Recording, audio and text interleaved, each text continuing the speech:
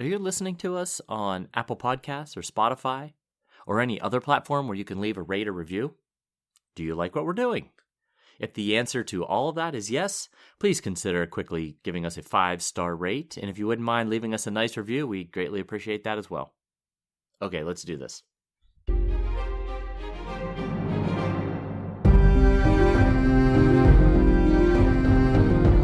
Hello, welcome to the Ghosts of Harrenhal. My name's Simon. And I'm Mackelly. Thank you for joining us for episode 322 of our chapter-by-chapter book review of A Song of Ice and Fire by George R.R. Martin. Today we'll be discussing chapter 50 of A Dance with Dragons. That's Daenerys 8. By the way, I probably say this every time we get to 50, but when you get to 50 at cricket, you tend to hold your bat up for the audience to give you a big round of applause. Oh, okay. So let's virtually hold our bats up. I can hear the applause pouring in. Exactly. Well, as always, we're going to chat about the chapter and try not to spoil any future plot points for you, unless, of course, you have a Buy Me a Coffee Sustainer tier that includes spoilers. Well, then we are going to spoil things for you. Regardless, hopefully we'll provide you some entertainment along the way. We'll summarise what happened, discuss our thoughts on it, provide some useful background, compare it to the television show, indulge a little pedantry, and cover some relevant news and listener correspondence. Be sure to check out the show notes. They'll provide some additional information about the characters and geography of this chapter. How are you, Mackelly? I'm doing all right. How about you? I'm doing okay. Well, you must be in sort of a spiritual turmoil because, yes. for half your life, essentially, you've had the same head coach at the Pittsburgh Steelers. Pretty close. 19 years. And, you're 35? Yes, more than exactly. Half your life. Right. Something like that. Yeah. Mm-hmm. Yeah, my youngest brother texted me today and said that he was 6 when the Steelers had when they changed coaches, is what I'm trying to say. Mm-hmm. Yes. Yep. So it is something. I'm torn. I very much like Mike Tomlin as a person and as a mentor of people. And yeah, it seems hard not to like. Yeah, but it's been a while since you've won a Super Bowl, as I recall. It's been a while since we won a playoff game. It's a decade. 2016 was the last time the Steelers won a playoff game, and it's been rough. And every year people say, you can't blame the coach, but at some point you got to do something, True. So true. 7 straight losses, and all of them by at least 21 points. Oh, really? Yes. You've been battered 7 consecutive times in the playoffs. This loss this past Monday night was the largest deficit in home game playoff history of the franchise. So he said before the season that this defense might do historic things. And oh, did they ever. Be careful what you wish for. Yes. So, yeah, I'm kind of dealing with that, but Mm-hmm. You've just reminded me of something, actually. The current holders of the FA Cup, which is one of the big soccer trophies in England, is a team called Crystal Palace. And they are traditionally a middle-sized team, and the fact that they won the FA Cup was a big deal. It was the first thing they've ever won in their existence. Yeah, good for them. And it was. I don't like or dislike Crystal Palace, but the videos of their fans wailing in tears when they won that game will live long in the memory. It was so sweet. They were absolutely, and they beat Manchester City in the final, and the Manchester City fans are just like, they're completely bored of success. Yes. For them, it would have been like, okay, we won again. Add it with the rest. Exactly. But for Crystal Palace, it was the biggest thing ever, and they went absolutely crazy. So this last weekend, they started their defense of this. So it's a straight knockout tournament. The FA Cup is kind of fun because it's straight knockout. Just like everyone gets drawn out of a hat, you play who you play. Yeah. So their defense of their title began against a team in the 6th tier of English football. That's lower than you've known Oldham at. That is really low. That's semi-professional, right? Oh yeah. These guys are genuine part-timers. They are not full-time professional soccer players. And would you believe they lost? Oh no! Oh no! Oh. They're separated in the pyramid of English soccer by 117 places. Oh my goodness! They lost. Wow! I guess they partied a little too hard after maybe so. After the victory. they've had 7 months to get over it. But, I saw a cartoon of Crystal Palace fans sort of like making a wish, like saying, please let us win something and make headlines around the world. And it was like, half of it. Well, no, both actually. Do you know why they're called Crystal Palace? That's an unusual name. It's a region of London. London has lots of. Oh, okay. I think literally they built a huge greenhouse there. Oh. Which was known as the Crystal Palace. And I think it might have housed like, a giant expo back in the Victorian era. I think it's long since burned down. I don't think it's there anymore. But that area is still called. That area is still called Crystal Palace. But no, I'm saying all that, and I literally don't know if any of that's true.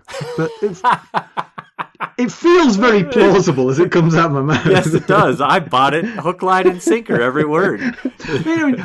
Just to be clear, I think I'm right, but I definitely stand here ready to be corrected by the listeners. And you probably will be if you mess that up. So I am now an empty nester. Oh, yes. That you are. I meant to ask you about that. How's week one? Or halfway through week one. It's gone about as badly as it could. I mean, like, everything that could go wrong has gone wrong, including his parking situation is difficult. He's right on the north end of campus, and the park and ride is right on the south end of campus, and that's where he has to park. And so he's constantly having to schlep between the two because he's got just all kinds of reasons to need his car, and so he's spending most of his day migrating between the two. And now his car's broken down, and then it took goodness. It's just I feel for him, not what you need for the start of your semester. Exactly. And now he's got to come home the first weekend for a funeral, and then it's just a big old mess. We took his girlfriend with us, and we brought her. He took his car, we took our car, and we brought her home. And she was sort of sniffling in the back seat the whole way home. I was like, oh man, that's what I'm supposed to be doing, but I can't because you're here. I was thinking, is she making it worse or better? I can't decide. Let all the tears flow through her. Well, shoot, I'm sorry to hear he's had a rough start of things. Yeah, I mean, it'll get better. It was just unlucky that things have all gone wrong. I mean, the car turned out to be a battery. The battery had not just gone flat, but was needed replacing. And so after a tow and like a plead in an auto shop, he was able to get them to do it for him. Okay. After they said, we don't do that. The funny thing was, I'd called them to say, hey, do you do battery testing? And they said, yeah, we do. Bring it along. I was like, great, thanks. So I told Lucas where to go. And then they tested the battery and said, oh, your battery is completely kaput. You need a new one. But we don't fit them. You can buy one, but we don't. I'm what? Like, really? Could you have mentioned that to me? Yeah, well, we test them, but if it needs replaced... The tow truck had driven off, leaving him there, and it wouldn't start again. So he was like, what am I supposed to do? Man. They came out and took pity on him and showed him. I mean, I think literally they're not allowed to do it, but they're allowed to point to things and say, unscrew that. Right. That's odd. I just had to replace the battery in my van just last week, I want to say it was. So we have these big trees all around our house, and sometimes the branches get too close to the roof line, and squirrels can jump onto the roof, and I guess that's not good. They can get into the attic, and they can chew on the fascia boards and the roof shingles and all that stuff. So I have my gutters cleaned, and I asked the people that do that, can you trim that branch back? They've done it before. Can you trim the branch back again? I think it's gotten too close to the house. And the guy was like, yeah, I think it's best if we just take the branch off at the tree.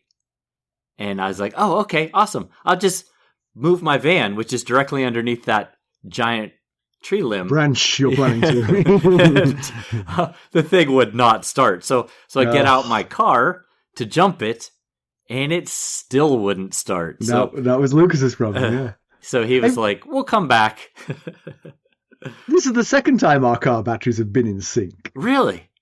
Well, you remember You remember the whole story of Molly running down her battery? Oh, yeah, how could I forget? She does it every time she and her friend Emily go out together.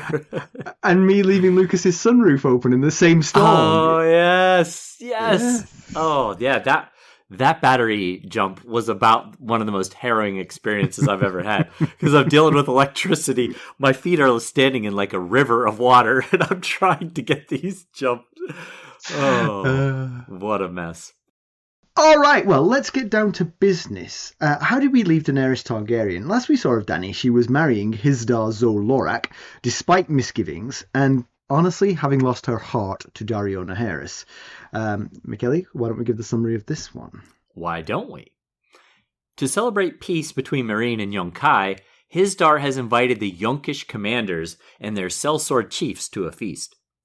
Various stumbling blocks have been circumvented by diplomacy. The Yunkish guests can bring slaves who will not be freed the second they step within the walls of Meereen. Bad news for Tyrion and company. True. Similarly, the freed slaves within Meereen won't be re-enslaved on sight by the visitors. Hizdahr sees this compromise as a great triumph, as he does of pretty much all of his achievements, quite honestly. So true. Daenerys, by contrast, bridles at every aspect of it. The Yunkai'i have set up a slave market outside the walls where she can watch. More slaves are being brought in by Dothraki, and business is brisk. The feast is to celebrate the reopening of the fighting pits the next day. Another victory for Hizdahr and another hair shirt for Daenerys. To ensure peace, Meereen has sent 7 hostages to match the 7 visiting dignitaries, relatives of Hizdahr, plus Admiral Grolio, Daenerys' blood rider Jogo, captain of her unsullied hero, and Daario Naharis himself. The leaders of the 4 sellsword companies attend, including Brown Ben Plum for the Second Sons. Daenerys is glad that Daario is not here. He was mad about the wedding, incandescent over Quentyn Martell's ruse, and Brown Ben Plum would have tipped him over the edge. That he would have. Hizdahr has moved quickly in replacing Skahaz, the Shavepate, with one of his own cousins as head of the Brazen Beasts. Just an example of the power being consolidated and friends of Dany being sidelined. At the feast, Brown Ben Plum speaks to Dany in friendly tones, but she's not ready to forgive. He explains that sellswords always fight for the winning side. When he learned that she couldn't use her dragons, his entire company wanted to defect. He knows she's inclined to murder him, but he retains his bonhomie. He had hoped to bring her a wedding gift, but the price got too high. Daenerys wants Barristan Selmy to machinate a way to bring one or more of the sellsword companies over to her. Selmy admits that this is not his milieu. Indeed, it is Daenerys who devises a plan. Free Merys and send her back to the Windblown. Their chief, the Tattered Prince, would hopefully recognize the intended overture. She also wants to treat with Bloodbeard, head of the Company of the Cat. Selmy advises against. The man reminds him of the 9 penny kings, ruthless, mercenary, and disloyal. Dany notes that disloyalty is kind of a precondition for him to switch sides, but takes Barristan's advice. Yeah, you don't want the most honourable of the sellsword captains. They're no use to you. Unless they were on your side to begin with, they're no use at all. That's different. Dany meets with Quentyn Martell.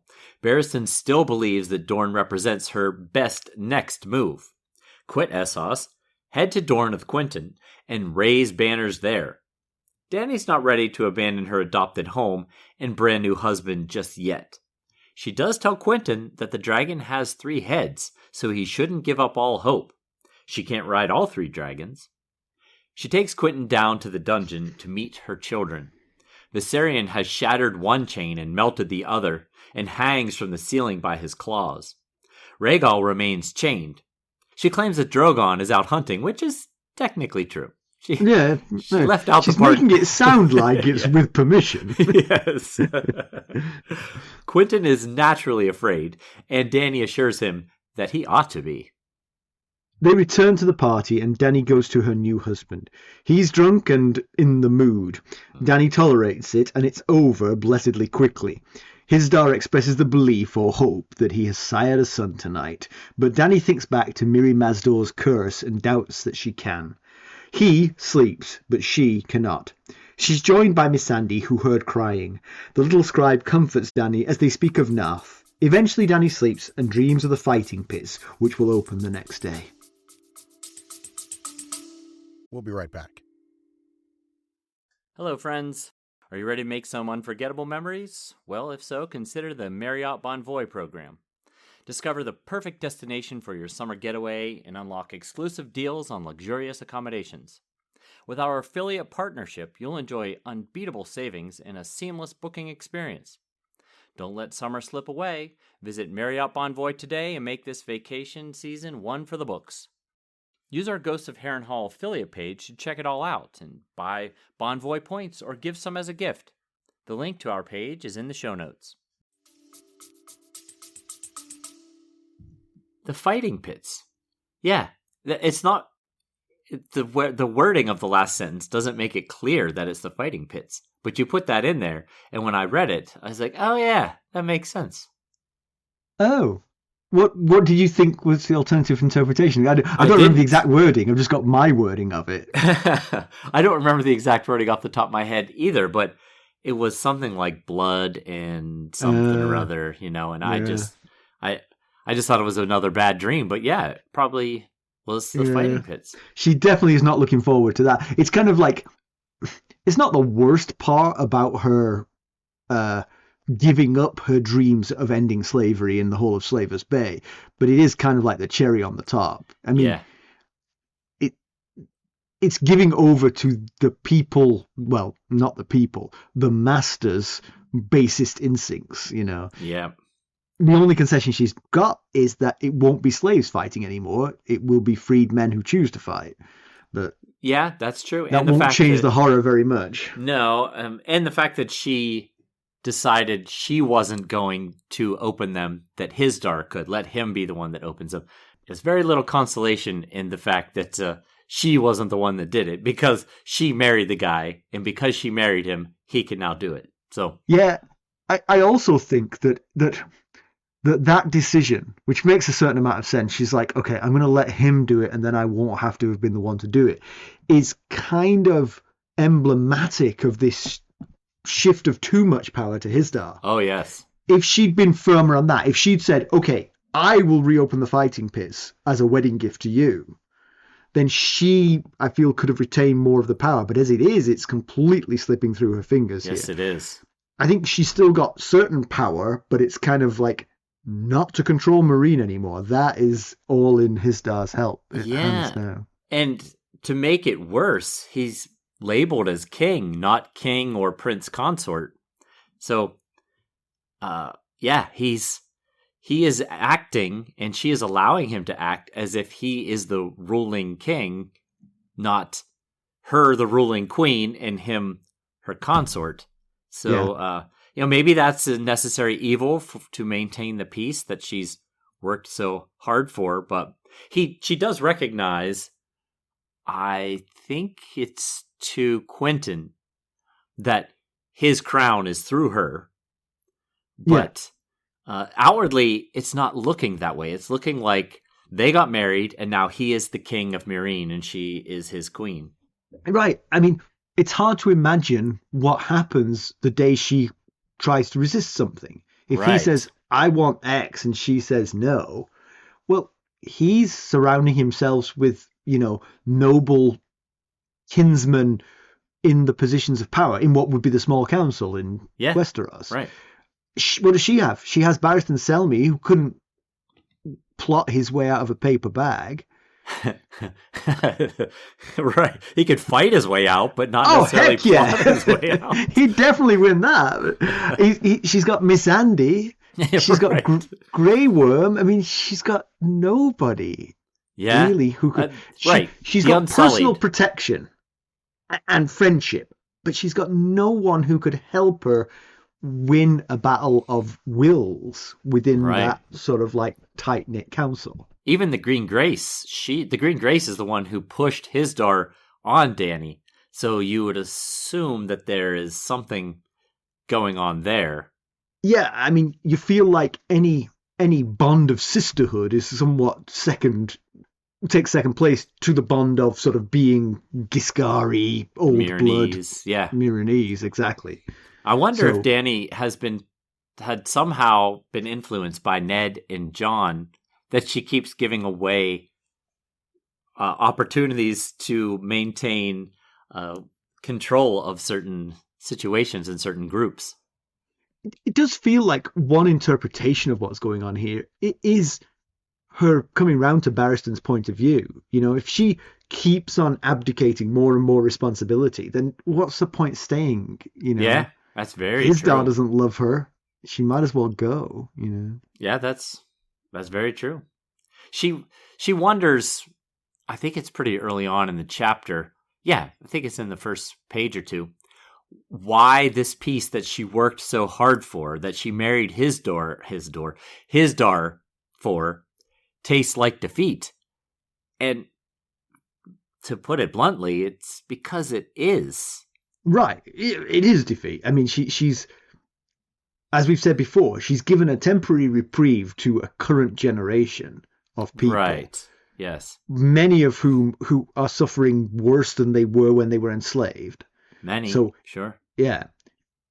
And achieve nothing long term. I mean, long term, to replace those slaves, more people will be enslaved, and therefore the number of slaves will return to exactly where it was. So it is essentially abject defeat. Yeah, where she is right now is the final result of her failed effort to rid this region of slavery. Now, Meereen is free, and as you said, many others have been freed, and that in its own right is wonderful. But also, like you said, many of them are now in an even more difficult situation of starving and trying to avoid the Pale Mare. And then we've got the Yunkai'i completely dictating the terms here, allowing ships to enter the city, but by allowing means they can also stop it from happening if they choose. Dany says they still have their fingers around our throats. They've built this slave market out there.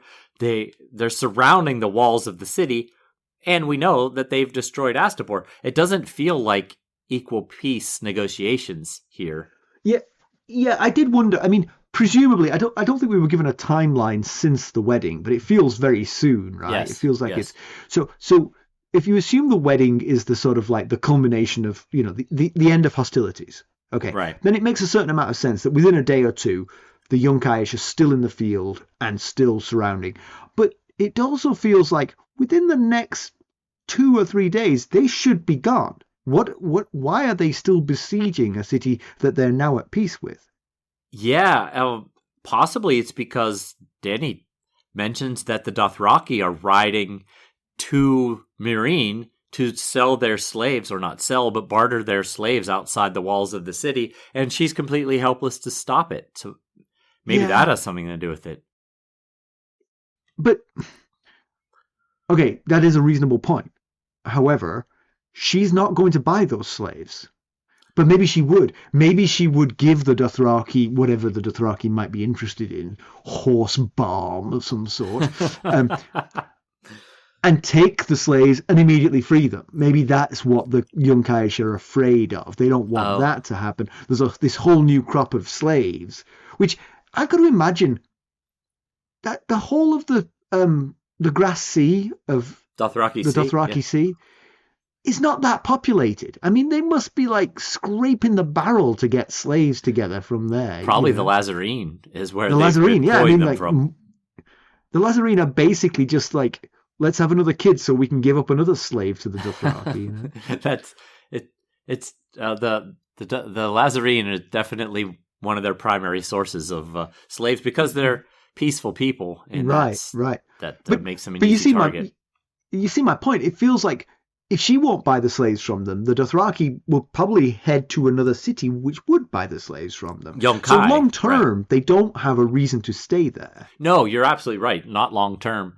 I think that she thinks they've got that slave market set up out there for when the Dothraki arrive. They don't have to go all the way to Yunkai'i. They can buy them right there.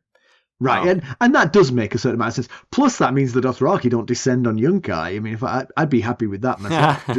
That's a result right there. Probably some of it is also to flaunt it in front of Dany. Like, look what we can do. That's a big part of it. You can't even stop us. But if they stay one day after they've bought those slaves from the Dothraki, then I would question. If I was Dany, I would question, like, what have you brought me, Hisdar? We are still besieged. They're letting food in now, but we're still at their mercy entirely. What are they doing? You said we had peace. Yeah, that's true.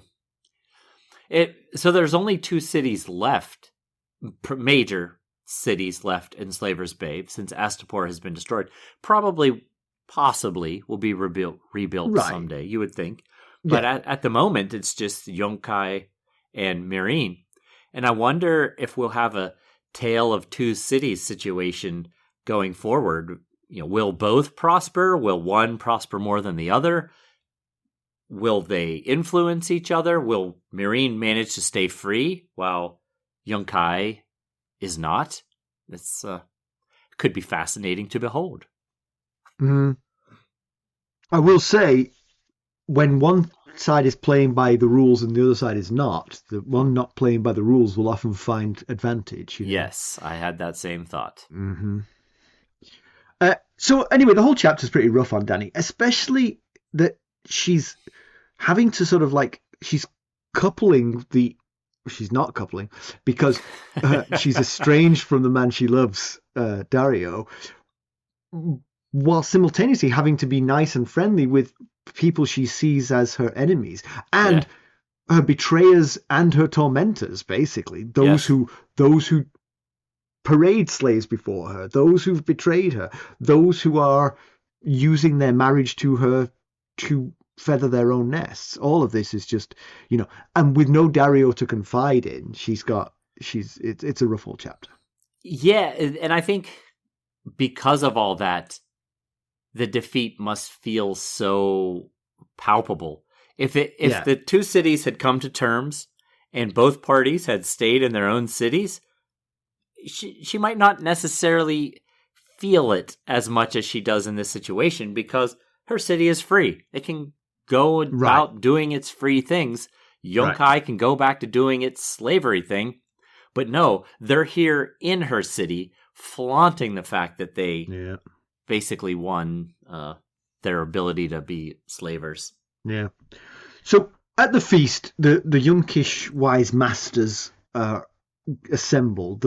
Who we've got are the Supreme Commander Yurkaz-Zo Yunzak, who is ancient and shriveled, but he's the Supreme Commander of the Yunkish contingent. Yeah, and then she mentions a small, stunted person with tall, thin slaves, and based on that description, it was not difficult to figure out who she's talking about. It's Pazar Zo Mirak, who is dubbed the Little Pigeon. Pazar stands 5 feet tall. However, Pazar's slaves stand 7 to 8 feet tall, and then they wear stilts when they're on the battlefield, which almost might make them too tall to be of use, unless they have some really long pole axes or something. They swing swords that go over the head of most men. Mm-hmm. Then we have Morgaz-Zo Zerzin, who is supposed to be young, fit, dashing, but also drunk. He is known as the Drunken Conqueror because that drunkenness is not unusual for him. That's pretty much his general state, yes. Mm-hmm. And the remainder of that 7 was made up of the 4 commanders of the sellsword companies. Yes, good point. And to match that 7, the Yunkai'i required 7 hostages from Dany, and the breakdown of that is 3 of the 7 are from Hisdar's family, his sister and 2 cousins. And now we mentioned all this in the summary. From Dany's side, we've got Daario, poor Grolio, Yogo, and Hero. Now we obviously know who Daario is. Grolio is her admiral, her coerced admiral who really just wants to go home. That's all he wants. He's an admiral with no ships who just wants to go home and be with his wife. Jogo is her blood rider, and Hero is kind of second in command to Grey Worm. Yes, to Grey Worm. Sorry, I drew a blank on his name there. Yeah. So that's the 4 that she had to give up. And it seems wise sending Daario. She describes in this chapter that he's become wilder since the marriage, which is saying something. Right. And since he frequently murdered people. Yes, exactly. And it was just, I mean, especially with Brown Ben Plum being in attendance, that was sure to be problematic. And he was very upset about the fact that the Dornishmen pulled one over on him, and he thought that they were just sellswords, and it turned out that they were princes, certain knights, and then a prince. But I think he's probably even more upset about the fact that the rest of the Westerosi in that group also deceived him, because that was directly the Tattered Prince, an opposing sellsword captain, pulling a fast one on him, and that's got to be embarrassing that another sellsword captain got the best of him. But I think all of it is underpinned by his annoyance at the wedding. I mean, he could cope with all of these things happening if he had his love, but she's abandoned him for somebody else. And he's been given too much clout, generally speaking, for a sellsword captain. He probably never should have been in the position that he is in. Yes and no. The Yunkai'i, there are 7 dignitaries here, 4 of them are sellsword captains. So, Well, that's true. Both physically and politically is too close to the queen. I don't think any of them are sleeping with Yunkai'i and Yunzak, just to be clear. So the feast, the entertainers at the feast are all slaves brought by the Yunkai'i. One of the pieces of entertainment is a bunch of slaves form a human pyramid with a naked girl on top of it, and Dany feels that's particularly pointed, given that she is a frail girl at the top of a pyramid. So the whole thing is just more rubbing it in her face. Yes, that felt very intentional. The pyramid with the naked little girl on top sent a very clear message that we think of you as just a helpless little girl. Mm-hmm. Although we had hoped that Tyrion and his, well, I wouldn't call them friends. Baby Penny's a friend. I'm not sure Jorah would be considered a friend. But we had hoped that they could just get into Meereen, that might be freed. Yes, and they'd be freed, yes. Yes, but not under these rules circumstances. Don't apply to that, yes. No, sadly, they do not. But, speaking of Tyrion, Brown Ben Plum mentions to Dany that he had planned on giving her a wedding gift, but the price got too high, and she said, I forget exactly her wording, and he said it was the head of an old foe. Oh, I don't want any gift from you. You betrayed me, I think, is what she said, and he said it was a head of an old foe. But I feel like he missed an opportunity to at least curry a little bit of favor. Maybe not enough to save him in any situation, but at least a little bit if he had informed her that Tyrion Lannister, the son of Tywin Lannister, the uncle of Joffrey and brother of Cersei and Jaime and all that, and her bear, Jorah, are being held as slaves by Yezin, who is right over there. He's literally right over there. Yes, okay. But does he know Jorah? Does he have any idea who Jorah is? He does, because they picked up Brown Ben at the siege of Yunkai'i.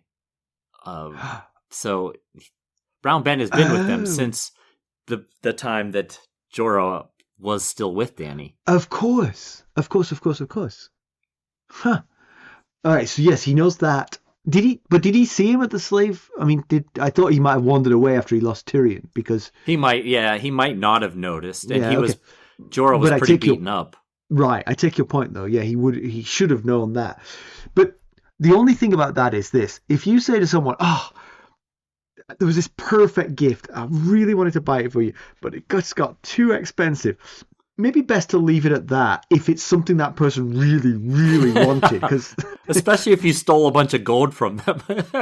Exactly. I was willing to spend 10% of the money I stole from you to give you a gift, but once I got above that, forget it.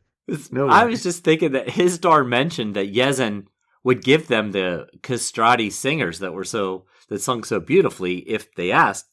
Well, he might also give them Tyrion and Penny and Jorah if she asked, or at least, the very least, sell her that group. But they're not here, right? I mean, they're not. No, they're not. They present. weren't part of the entertainment tonight. Yeah, But you sense a potential opening. Maybe they will be one day. Because you would just think, now, she doesn't need a Tyrion Lannister, but a Lannister this close, I think she would want to have him in her possession, at least, if not to behead him, to have a discussion with him, a stern one at that. And I know she banished Jorah, and we know inside Dany's head that she often misses Jorah and wishes he was with her. No one else knows that, but you could infer that she wouldn't want him to end up as a slave necessarily. Yeah. When we were talking before about who she is surrounded by and who has, authority to help her, she had Tyrion and Jorah at her side. Hisdar wouldn't stand a chance. We'll be right back. This episode is sponsored by Audible. To get a free audiobook, or 2 if you're an Amazon Prime member, go to our exclusive URL, audibletrial.com/ghostsharrenhal. You can find the link in our show notes. Oh, yeah, as far as... so... Power struggles within the family. Yes, and they would tip the balance, for sure. And that is the conversation that comes up next with Barristan Selmy, where she wants him to be a spy, and he's like, that's not really my thing. Yeah. which is good self-awareness, Barristan, Yes. But, this is a growth opportunity. We want you to learn how to do something with subterfuge. Now, this would have been a really great role for Tyrion if she had Tyrion on her side. And it's a little bit unclear what she's planning on doing exactly. It seems like she's trying to recreate the plan she had in place when she was sieging Yunkai'i, when she secretly got the sellswords to switch sides, but not reveal it until the actual battle took place. She seems to accept the idea that she can't trust sellswords. She says she wants the most treacherous ones. And that's why she frees Pretty Maris to try and get the Tattered Prince, the captain of the Windblown, to her side. But, I mean, how much stock can you put in that they're not just going to take your gold or whatever you offer them and then not switch sides? Yeah. The one thing about that, though, is that they know that Maris came there with something of an overture from the Windblown, right? And that's what you were saying before. That's why Daario's so mad, Yeah. So to free her and send her back with compliments of the Queen, that's got to sound like a retort to your overture, like, yes. Well, okay. Yes, and I think Dany has that thought too. Hopefully he picks up what I'm putting down here. Right, yeah. But how does it... It'd be good for her to have these, but hostilities seem to be over. Is she going to fight? Is she going to get all the sellsword companies to switch sides, come inside the walls, and then lock the door again and be besieged once more? How does that help anyone? Well, she thinks... Does she say it aloud? I think she says it aloud, maybe, to Barristan, that she doesn't trust the slavers, that they will turn on us at the first sign of weakness. And in her head, she thinks, including my own husband. So I think she's jockeying for position if and when this piece falls apart. Right. Yeah. But winning sellsword companies to your side is at best a very temporary solution. Right. It's a temporary state of affairs, to be honest. Yes. Barristan does think that the plague is helping their cause because the Pale Mare is spreading both through the refugees outside the walls, but also now through the enemy camps as well. So that doesn't harm. And yes, if you could get all 4 sellsword companies to suddenly switch sides, you might be able to dispatch the Yunkai'i. But presumably the sellsword companies are suffering just as much as everybody else at this point. Yeah, seems like it. Seems like they're starting to see casualties as well. And Dany remembers Quaith's prophecy about the Pale Mare, and then she remembers Quaith's prophecy about basically not trusting anyone, because she basically rattles off everyone else in the known world to not trust, but one in particular that she thinks of is the Sun's son, and that doesn't help Quentyn's cause. No. That Quaith was right about the Pale Mare, because it puts Dany on guard about trusting Quentyn. And that's the next thing Barristan suggests. He says, well, there's a different road we could take beside the sellswords. And Dany says, you mean the Dornish road? And I'm not sure how that helps in the short term. The Dornish road seems to leave for Westeros. Yes, presumably. Which is what Barristan's been preaching all along, and Dany's not been receptive to this point. Yeah. Yeah, it's hard to know, because it does feel like not Dany's decisions necessarily, but the story is lining up behind her quitting, just getting out of here. Yeah. And if she were to just say, all right, I'm leaving, Hizdahr wouldn't stop her. Hizdahr would be like, well, farewell, my love. Yes. Bye-bye. Sorry, our time together right, was so sometime short. soon. Yes. I'm sure that's a boy quickening in your womb. Well, so yeah, it gets kind of confusing though, because she tells both Barristan and Quentyn directly that Quentyn should go home. But if she was considering leaving, she might want him to hang around so that they could sail together to Dorne. Specifically, she's worried for Quentyn's safety, right? Because she thinks that both Hizdahr and Daario have murderous intent towards Quentyn. Yes. Hizdahr because he's a rival, and Daario also because he's a rival. But but also for the deceit that was pulled on Daario. And so for that reason, but at the same time, she did say, hey, the dragon has 3 heads. Only a human can only ride one dragon. A dragon can have multiple riders, but no person has ever ridden 2 dragons. Is that true? Right. Yes. So a dragon can only have 1 rider, but dragons live longer than humans. So they have 1 rider at a time. Yes. But, and a rider can only ride 1 dragon. Yeah. Yeah. What if I was Quentyn? I would say, well, this is a great idea. Why don't we let Hizdahr get on the first one? See if he's got Targaryen blooded.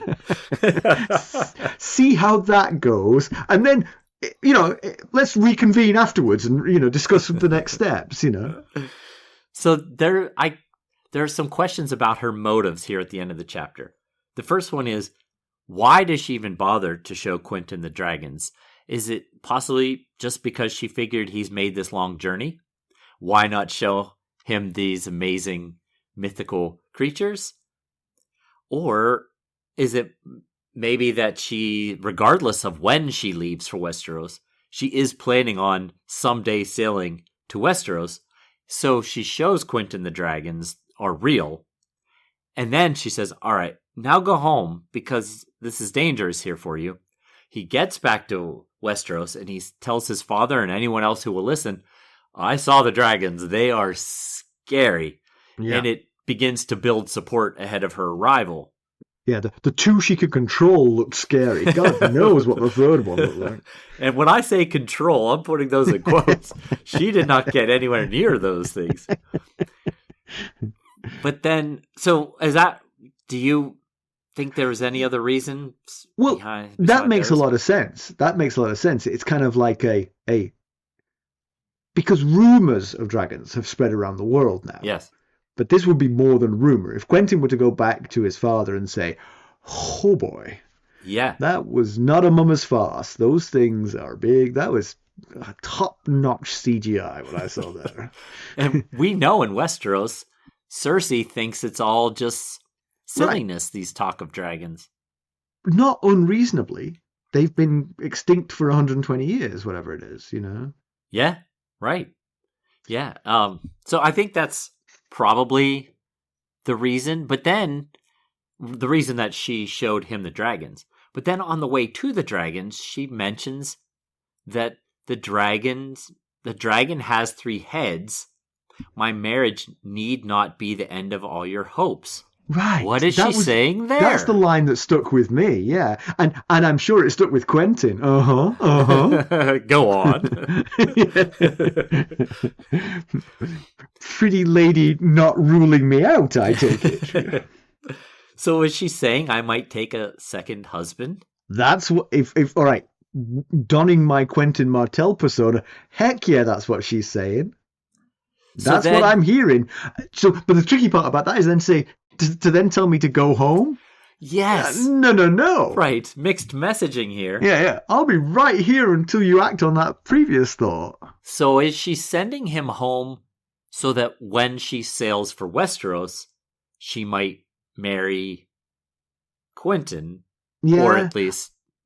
But maybe that's the thing, isn't it? Maybe that's what she's trying to orchestrate. Go home, spread the word, be my harbinger, and wait for me. Be chaste. I will be there, and we will be one, you know. I mean, yes. You know that's going to work on a Quentyn Martell. Yes. Okay. Yeah, that makes sense. Because it doesn't make sense for her to say, you know, all hope's not lost for you and me. Now go home. Right. You know, if she... unless that is her plan. Yeah. No, you've convinced me. That's precisely what she's trying to do. She's trying to plant a seed which she hopes will grow with the long-term plan of abandoning Hisdar, heading to Westeros, and finding already the red carpet rolled out for her by Quentyn, you know, on one knee, asking for her hand in marriage, you know. Do you think she believes that Quentyn might be a dragon rider? Do you think that's... Could be someday a dragon rider? I think one would hope that of one's husband if one was Daenerys Targaryen, and therefore exposing him to the dragons seems like a good idea. Yes, I don't think she knows when she's saying these things that the Martells have Targaryen blood, because she admits to, maybe she admits it out loud, I can't remember, but regardless, she says that she knows, she thinks it to herself, that she knows little and less about Dorne when he starts talking about his lineage being tracing his lineage back to the first Daenerys and the water gardens and such. And generally over the centuries, a bit of Targaryen blood has been necessary for a blood rider. You don't have to be a full-blown Targaryen, but if you've got some Targaryen in you, that helps. The dragons accept you. Right. Okay. Yes. It's a little bit muddled, all of that. Yeah. But yes, it certainly helps, as you said. Yeah. So Hisdar and Dany consummate their marriage. She not particularly willingly, but Hisdar hopes that he's created a boy, and Dany doubts it because of Mirri Maz Duur's curse. But we've talked about that before, that curse may just be words. Words are wind. Right. And also, you know, it doesn't necessarily mean she's completely barren forever. It actually put a timeline on it, and that timeline might come to an end at some point. Yeah. As she's laying there, thinking about... It's so clear that this marriage is not built on the strongest of foundations. She doesn't trust Hisdar. She's planning to respond when the peace that he created fails. She's laying next to him, thinking of Daario. And then little Miss Sandy comes in because she thought she heard crying, and Dany denies it. And this is not the first time that Miss Sandy has come in hearing noises. She came in, she mentioned one night she heard scratching of the Astapori on the outer wall of the city. And it's odd that she keeps apparently mishearing things at night. The scratching, I think we learned what that was in this chapter when we discovered Viserion had broken out of his chains. Sounds like she might have heard him scratching and clawing and digging at the walls of the dungeon. Now, as for the crying, Dany is thinking of her lack of love for Hisdar, missing Daario, her inability to have children. We're in her head, and there's no mention of her weeping, but it's possible she was actually crying and just not realizing that she was crying. There is a possibility that Miss Sandy just wants to see sex happening. Maybe there's that. She's young, she's curious. She's like, what is all this about? Could have been that too. All right. I think it's time for some spoilers. So remember, if you join our Buy Me a Coffee Sustainers at the higher levels, you get the spoilers. You can try any tier for free for 7 days. All right. Well, that's some good spoilery. Thank you very much, Mackelly. Certainly. Why don't you give us some background too? All right. Well, Prince Quentyn tells Dany that he's got the blood of the dragon in him, as I mentioned, tracing his lineage back to the first Daenerys Targaryen. Well, that's not technically true. The Daenerys Quentyn is a descendant of was the daughter of Aegon IV, born in 172 AC. However, there was another Daenerys more than a century before her. The first Daenerys was born in 53 AC and was the daughter of King Jaehaerys and Queen Alysanne. Sadly, that Daenerys died at the age of 6 from the shivers. We talked about her when Dany felt she was impervious to the flux as a Targaryen. You held her up as a reason to doubt this. Yes. So it would have been good for Dany to learn about that first Daenerys. The second Daenerys was the younger sister of King Daeron II. Both of those Targaryen siblings married Martell siblings. Daeron's marriage brought Dorne into the realm peacefully. When Daeron's wife, Mariah, became the future queen, it made her younger brother, Meryn, their father's heir to Sunspear, and Meryn's wife was Daenerys, and their offspring became House Martell. So, not to be pedantic about your background, but wasn't there an earlier still Daenerys Targaryen? The Dreamer. Her name sounds like Daenerys, but it's not quite Daenerys. Oh, thank you. I stand corrected. I do apologize. I don't know why I ever doubted you.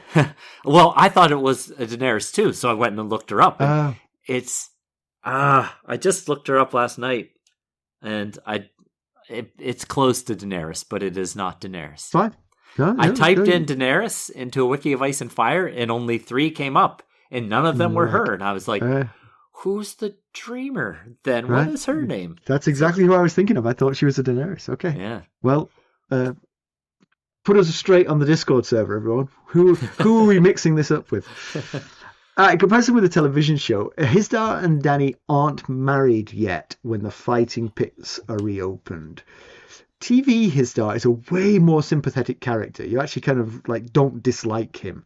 He's Hisdar. You want Dany to succeed and Hisdar to fail, but he doesn't hold against her the fact that she crucified his father. He understands why she did it, and he just wants her to understand that she could rule better if she were to compromise on these things. He's way more sympathetic. Oh, yeah. He's on her small council. She basically has a small council, and he provides her decent advice. Some of it is serving his own ends, but nowhere near as blatantly or heavy-handedly as the book Hisdar. So that's pretty much it. All right. Pedantry Corner, I didn't see anything in this one. Nor did I. All right. News and notes. There's an exciting thing about to happen. News and notes time, isn't there? Yes. By the time this episode is available, episode 1 of A Night of the Seven Kingdoms will also be available and have aired on HBO. And we discussed this last week or so on with the Discord community, what the viewing plan was, because I decided last week that I'm going to wait. I'm going to wait till all the episodes are out before I start watching it. And you were my inspiration because you did that with season 2 of House of the Dragon, right? And I thought, yeah, that's the way to do it. Why am I watching these a week apart? I need to watch them all together.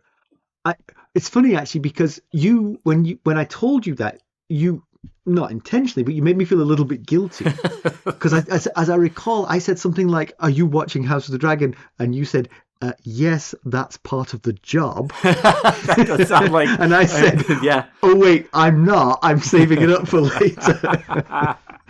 So we've influenced each other. Yeah. Although you influenced me more because you're sticking to your plan. Although honestly, I was actually going to go the other way. So I'll do it this way. We'll do it together. So we won't have anything to say about A Night of the Seven Kingdoms until it's all ready for us. But I'm looking forward to it. I think it'll be fun. I do wonder how it's going to be because it's quite different from the other things we've had. Very it's much different. More it's much more cozy fairy tale. Yeah, it really is. We'll have to see. And maybe that'll play well on television. It depends. If people are looking for Game of Thrones, right, House of the Dragon, right, I think they might not be as happy as they would expect to be. But those of us who know this story and just want to see more of it unfold on the screen, I think we might really enjoy it. Absolutely. Yeah, I think that's very true. So a quick message to our sustainers. If you're listening to this episode on the day that it drops, which is Monday, check your email to see if you get an invite to our sustainer call, which will be on the Tuesday, the day after. So the sustainer call is coming. If you are eligible, you'll get an email inviting you, and we'll have a lot of fun as we always do.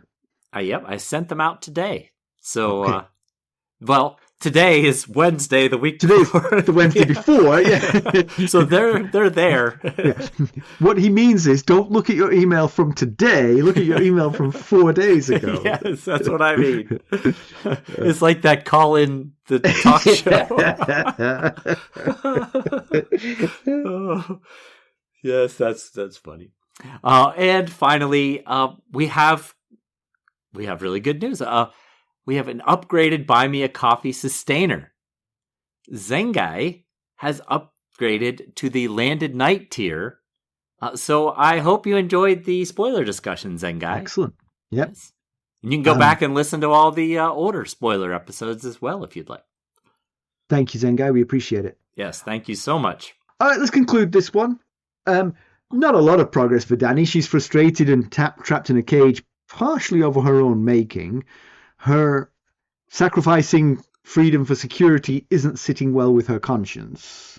No, and she feels like defeat because, like we said, she's lost. It's not sadly. Very different. Yeah, I mean, we all wanted her to win, obviously, but yeah, I mean, it was an uphill battle. This is an age-old, slavery is an age-old thing here in Slaver's Bay, and she gave it her best. I don't know that there's anything more she really could have done. Maybe if she had squashed the Yunkai'i instead of when she besieged them and was successful, she didn't go into the city and subdue them. She moved on to Meereen. Maybe that was her critical mistake. In a Ned Stark kind of way, it is smart to send Daario away from her side for numerous reasons. But this one I agree with. This one she should send away because he's going to cause more problems than anything else. But it does lead down that same Ned Stark path of she's losing friends and influence around her very quickly. Yes, and she sent away some really valuable people to her along with Daario in that hostage swap. True. And that is very Ned and Jon like to do. She could. Who was vetting how important these people were to her? Could she have been like, this guy This guy right here is my go-to man. What's your name again? You know? yeah. He's called Rezgan Snuffer. That's something like that. It's got a zo in it, I'm pretty sure. It's got a zo in it, yeah, exactly. She definitely needs a Varys or a Littlefinger in her life. That's something she definitely lacks. Or a Tyrion. Maybe a Tyrion would be a great alternative. That's the thing. Can I just say, let's just take a step back here and just guess that maybe Tyrion is going to fill this role. Just maybe. I don't know. Yeah. You know, it's possible. But if it is, what a great piece of writing to bring these things together at this culmination point. The point where she's like, man, I've got this white-haired old fuddy-duddy trying to, well, I could get those sellswords to join our team, but I don't really like them. They're not to be trusted. I have no idea how to go about doing that in the first place. I've never actually unlocked a cell. I just throw people in them. Yes, that really would be great, masterful writing. Yes. Exactly, and Tyrion just happens to be arriving at this moment. So yeah, and of course that also, if let's just hypothetically, it does come to pass that he is in her presence and she is thinking to herself, well, that guy's already short. Let's make him a head shorter because he's a Lannister. Her current need and his quick wits might be like, well, wait a second. Yes. Maybe I could use this. Yes. And I would bet that it plays out that way if it gets to that point, that she plans on beheading him and he talks his way out of it as he's done in so many instances.